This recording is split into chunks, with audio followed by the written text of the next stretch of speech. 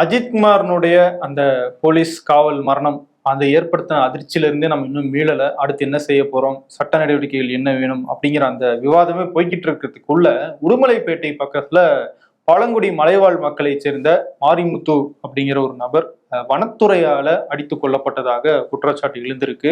So Marimuthu Udumalaipettai பக்கத்துல இருக்கிற மேல்குருமலை அப்படிங்கிற ஒரு மலையில வாழ்ந்துட்டு இருக்காரு. கொஞ்ச மாதங்களுக்கு முன்னாடி அவர் ஒரு கஞ்சா வழக்குல கைது பண்ணதாக சொல்றாங்க. ஆனா போதிய சாட்சியங்கள் இல்ல, குற்றம் நிரூபிக்கப்படல அப்படின்னு சொல்லி அவரை விடுவிச்சிருக்காங்க.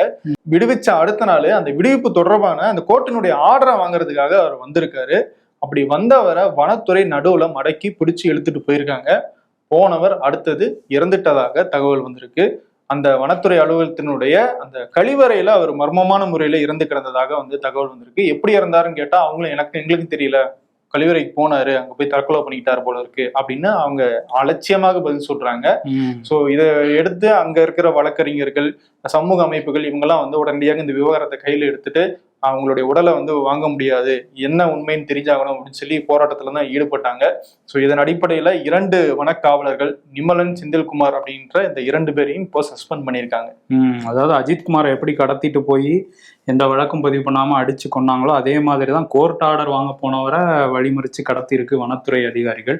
ஸோ இதுலேயும் சீரியஸான ஒரு நடவடிக்கை எடுக்கணும். அது மட்டும் இல்லாமல் இனிமேல் இது நடக்காதபடி என்ன பண்ணுவோம்னு நம்ம பேசிட்டு இருக்கும்போது அடுத்தடுத்து இந்த மாதிரி நம்ம பார்த்துக்கிட்டே இருக்கோம். அது ஒரு கொடுமை தான்.